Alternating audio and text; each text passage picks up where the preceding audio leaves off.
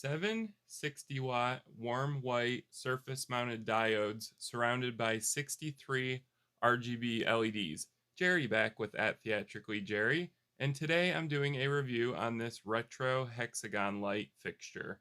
This is a no-name brand generic light, so it may be manufactured by more than one brand. Let's go ahead and dive into this beautiful piece of lighting, starting with the body.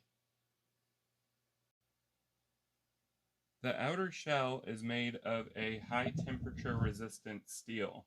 The steel is powder coated in a matte black to complement its styling. The front of this fixture features 7 gorgeous hexagon shaped LED lights.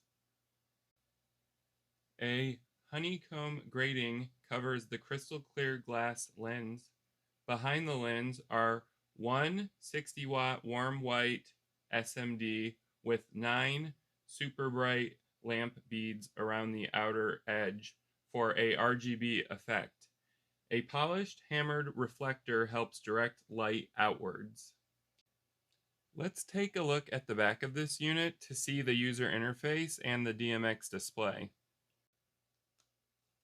So the very first thing that you're going to notice is the active cooling fan. This helps cool the internal circuitry. Cooling is paired with passive cooling of the LEDs through this metal surface here. Below the active cooling system is this large red LED display. This is used for navigating the user interface and menus. Below the LED display is a fairly typical layout of push buttons for navigating menus and submenus. When you press these, they make a nice auditory click. To the left, we have a rather large and easy to access rocker switch. This makes turning the fixture on and off easier in the dark. And it's also easy to press and makes a loud auditory click. Underneath that is a safety fuse. Below that is your PowerCon in and out connectors. This allows daisy chaining several of these fixtures together or other fixtures of your choice. To the right is your 3-pin DMX in and out. This light has 2 DMX modes, a 8-channel mode and a 32-channel mode for finer control of each individual light. I'm going to go ahead and turn this on so we can navigate through the menu system as well as show you the built-in macros included with this light. The first menu says A, and A means address or your DMX address. So right now my DMX address is set to 1. The next menu is to select your channels. So this is your channel mode menu. Right now I have it set to 32. You can set it to the 8-channel mode as well. The next menu is going to show you 512, and that means it's in DMX 512 mode. You can also set it to sound mode. There is a built-in microphone, so this will be sound activated.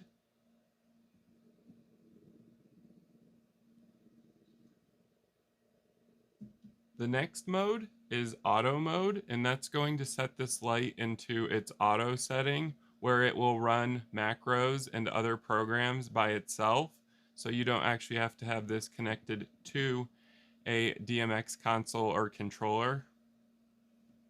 The next mode has an S next to it, and that is for sound sensitivity. So this will go from 0 to 99, and 99 being the most sensitive to sound. And those are basically all of the built-in menus for this light. It's very simple and straightforward, so it's going to be really easy to operate. However, don't let that fool you because this does have 32 channels of control when you hook it up to DMX. So right now, this is going through the built-in macros or programs that the light manufacturer has installed on this light fixture. I'm going to go ahead and let you guys see what that looks like.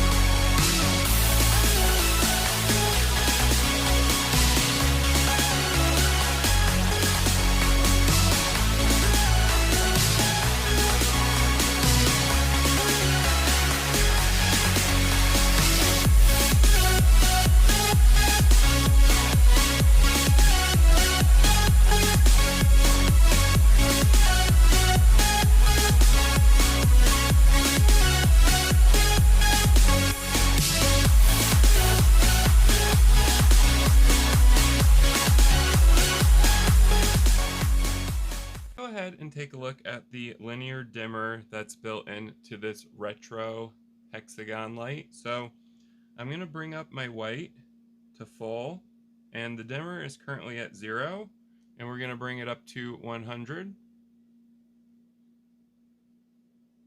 And then we're going to bring it back down to 0.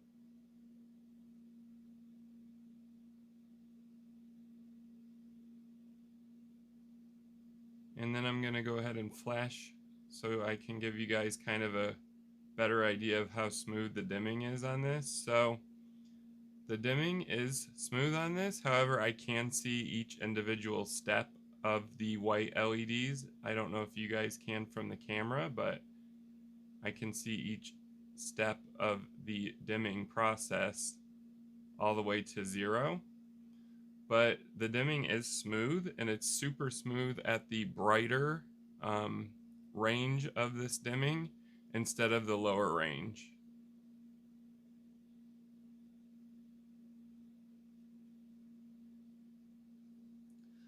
Let's go ahead and take a look at the RGBs to see how smooth the dimming is on them as well.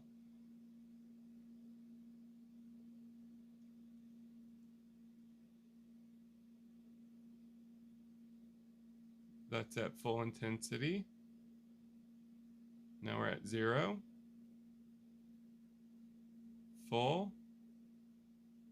Let's check out the green. Green at full.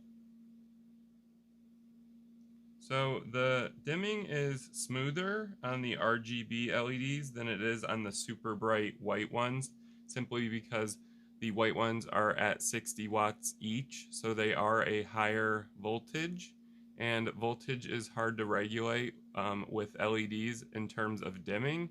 So the dimming isn't bad on this, it's just not the best I've seen, especially because you can see each individual step on the LEDs.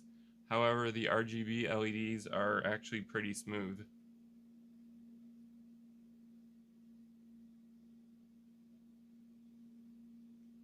I'm going to go ahead and mix red, green, and blue to kind of see the white you can get. So you can get a cool white light to go with the warm white light that's in the center of each hexagon. I think that's pretty cool. You could also drop your blues and give yourself a warmer white light.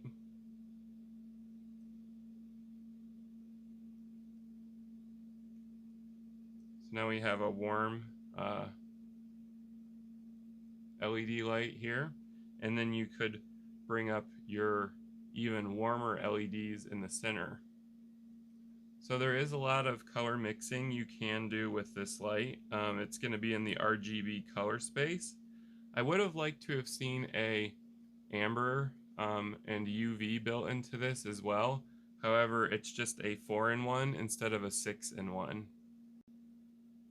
Alright, so now we're going to go ahead and take a look at the strobe function. So I'm going to bring up my white to full intensity, and then my strobe.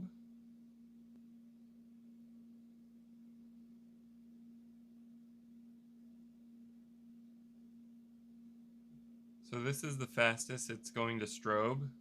They claimed 25 Hertz for the strobe. However, I'm not seeing 25 Hertz here. It's much slower. So I'm going to say it's more 15 Hertz to my eyes at least. So the strobe isn't bad, it's just not the super fastest I've seen.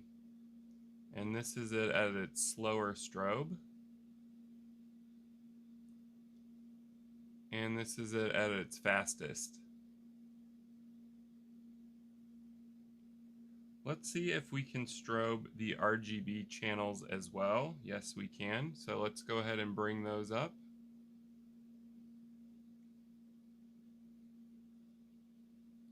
The strobe for the RGBs is a little bit faster, so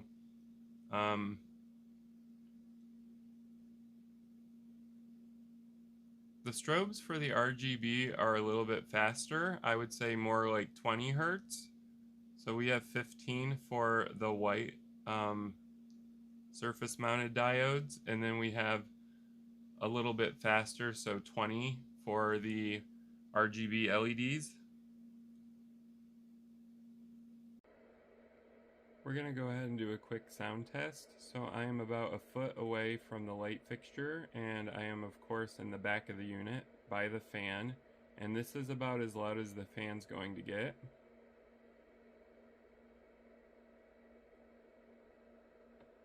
And then we're going to bring it back here.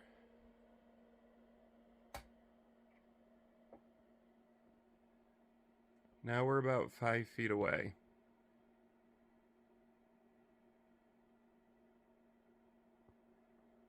And we'll bring it back to about a foot away. So the fan to my ears is not very loud on here, and you're not going to hear it on stage. It is a very fast fan. It's not variable speed. It stays at one speed the entire time to cool down the internal circuitry as well as the LEDs. Alright, so my final verdict on this light is that I love it. I love the mixture of the RGB with the 60 watt warm white LEDs.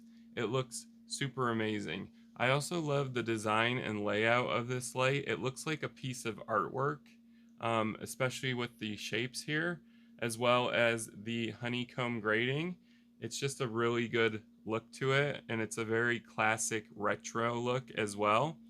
I also really loved the materials used. It's a super heavy steel and aluminum, so I feel like this light fixture is going to last a super long time. It's very heavy for its size, and it just feels nice. A couple of things I don't care about this light fixture is the fact that it doesn't have a 16-bit linear dimming. As we saw earlier, the dimming could be a lot smoother on the 60 watt LEDs. The RGB LEDs, the dimming is acceptable for them as well. I'm going to say they're 8-bit. They could have made this light fixture a lot nicer by including a 16-bit linear dimming system on the 60 watt LEDs. However, they only included an 8-bit linear dimming system.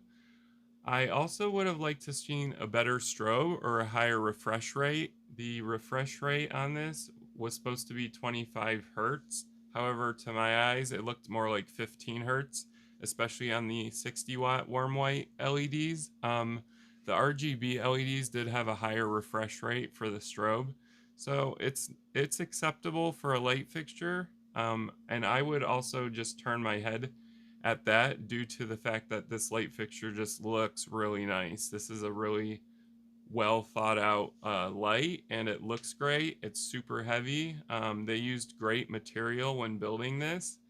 For the asking price, I would say this is a steal. So I actually stumbled across this on Temu, believe it or not. So I was browsing Temu and I saw an ad for this, and I was like, I need to have this. And then when I saw the price, I was like, I need to have two. So I ended up buying two of these for under $200 each. I would say that's a steal, especially for how heavy this light fixture is and the materials used.